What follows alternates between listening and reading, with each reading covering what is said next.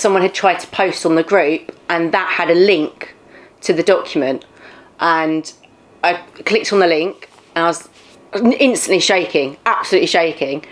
Read down, it's like, oh, lots of gobbledygook, get to the main bit, it's been dismissed. Absolutely fantastic. So I was completely over the moon, shaking, tears, and got straight onto the Facebook Live to let everybody know, because I know that everyone has been on their tenterhooks waiting. So absolutely over the moon. Is this a real victory for the campaigners? Yeah, it's a massive victory. It is the largest campaign that Medway's ever seen, where community has come together to oppose greed and development in agricultural land. It's been unheard of. So everyone that's been involved should be so proud that they've stuck with it for over 2 years now. And we've got the result that we deserve and that is right for Medway and the planet. What were the key areas where she found that you had proposed all along were the reasons why the land shouldn't be built on? So one of the largest things was the traffic issue, which everybody in Rainham and further afield in Medway knows is a massive issue here. So she looked at the planning, the changes they kept bringing through, and she looked at the modelling that the council had done, and she could clearly see that it was a massive issue, and it would have been made significantly worse. It would have had severe effects.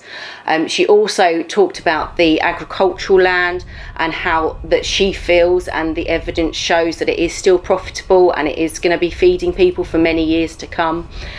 She also looked at the way that it would change the landscape. Gothams were trying to say that it was an urban fringe, and it wasn't. It's rural. You get past the train tracks and you're straight into the country, and she realised that. She felt the magic of the area and she wanted that to be protected, and Secretary of State backed her up in that sense. What struck me was that she was no fool, and we thought that throughout the appeal stage, and she really did look at the information that was provided, or the lack of information that was provided, especially around the profits that Gothams are claiming they weren't making, and laid it on the table for the Secretary of State to see, and said exactly what had to be said without beating around the bush. So she was fantastic.